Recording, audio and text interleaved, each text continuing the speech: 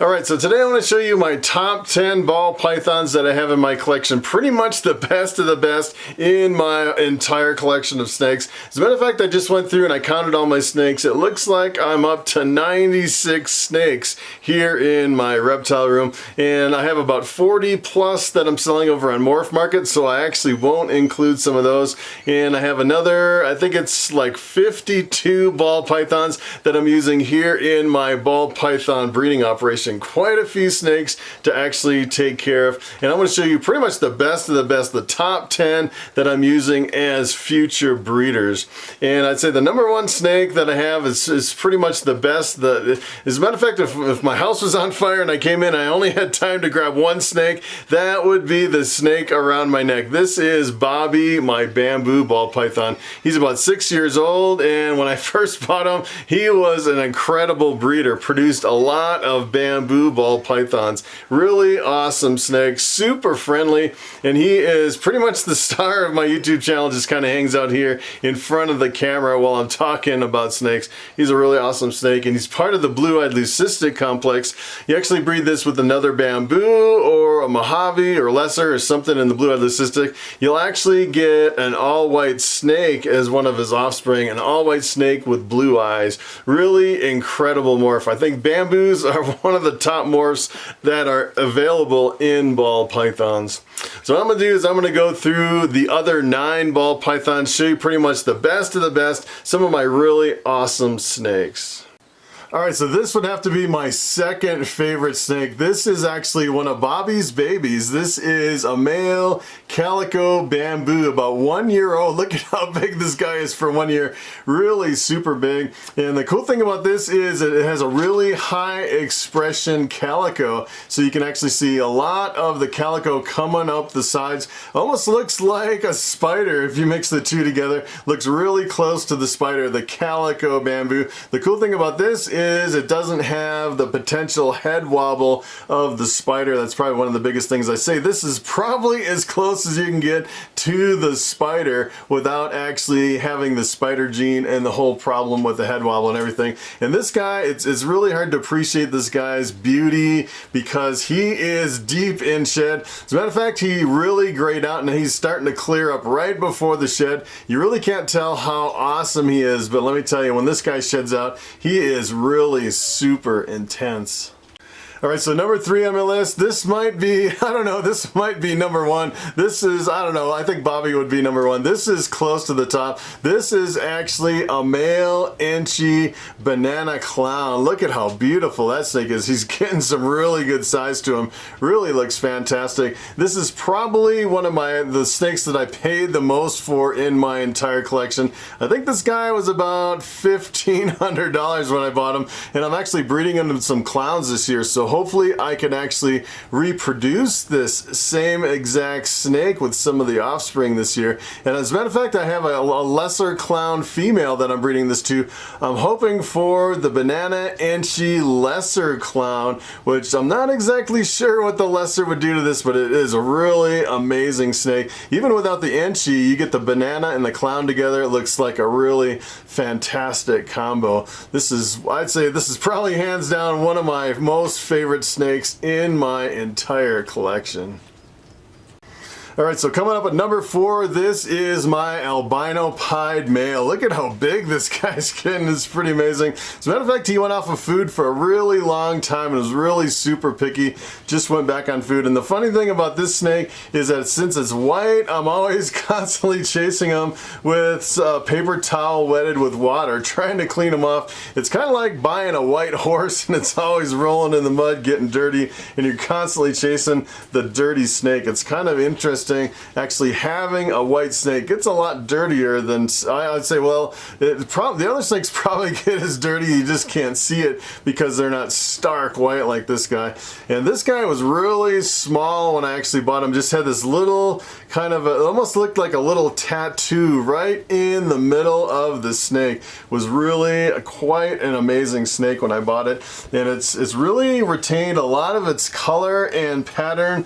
It hasn't really changed much, just got a lot bigger as an adult. And this one actually bred to quite a few females. If you're actually getting an Albino Pi double het, this is actually the male that it's coming from. This is a double recessive. Both albino and pied are both recessive. You need 2 copies of the gene to actually get a visual. Really impressive snake.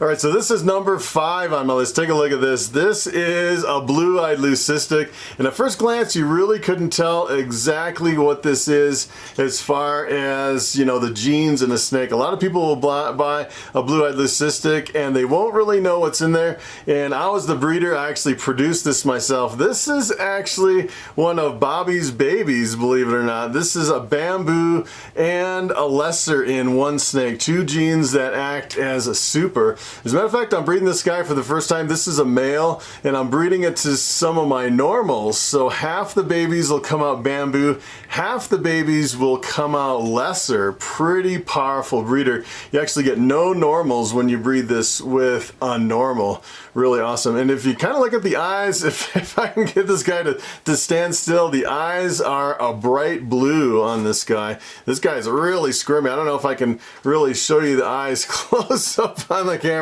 These guys aren't used to really being, you know, tamed down as much as Bobby, but you can kind of see the eyes kind of squirming around there a little bit. He has really nice bright blue eyes. Really awesome.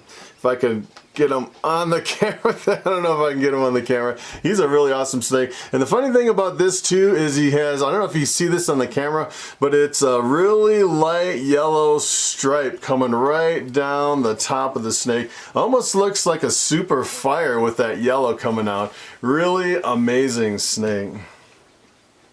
Alright, so here's my number 6th favorite snake in my entire collection. This is actually a fire pied. It has the fire gene and the pie gene. This is a male. As a matter of fact, a lot of my fires that you see, I actually made some fires 100% het pied that actually came from this guy. And as a matter of fact, I'm breeding this one with my pied female. My pied female looks like she might actually lay eggs this year for the first time. She's 4 years old. Hopefully she'll actually lay some eggs. And if she does, half of them will be pieds, half of them will be fire pies. It look just like this. And the funny thing about this snake is, as a juvenile, this thing was so blazing bright. These little things were like super bright yellowish, kind of a yellowish orange. It was so amazing. And as it got older and it matured, it definitely faded out quite a bit.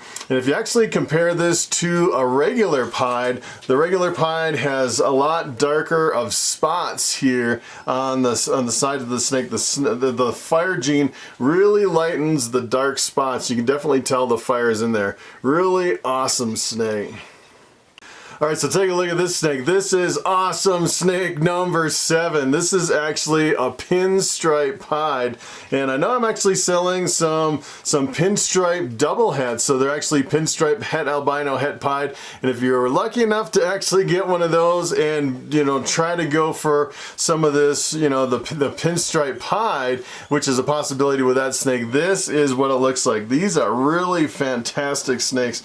Really stunning. And as a matter of fact, there's not a whole lot of them out there. They're really hard to come by. It took me like 2 years to actually find one on Morph Market before I could actually find one for sale. And I paid a few $100s more for this girl just because I was waiting so long for a snake like this. Pretty awesome. And you know, with the pieds, it's kind of a gamble as far as how much white and how much color is going to be on it. And I really like kind of the 50-50 white and color on this one. Really beautiful. This is a female. I'm actually breeding this female this year, so I'm really hoping she lays some eggs. Alright, so here is amazing snake number 8. Take a look at this beauty. This one, it's funny because it's hard to put them in order. It's like every time I'm pulling out and looking at it, I'm like, this could actually be number 1. This snake is so incredible. I can't even believe it. And this one is a visual desert ghost. Also has the pastel gene and the spider gene in it. So this is a female pastel spider desert ghost. And look at how big and chunky chunky she is. She's getting really big. I can't even believe it. And I bred her I bred her the year before last, and she didn't breed. And then she fasted pretty much all last year. And then this year, I'm actually pairing her up with a visual male desert ghost. And she's been eating really well, breeding really well, looking really chunky. I'm thinking this girl might actually lay some eggs that'll be pretty much an exact copy of this snake. And if she does, and if some of them are females, I'm definitely going to hold some of these back. But this is such an amazing snake. I got into the Desert Ghost project a few years ago, and let me tell you, it's one of the most underrated, pretty much one of the most undiscovered morphs in ball pythons. Really amazing snake. I can't even believe how awesome this snake is.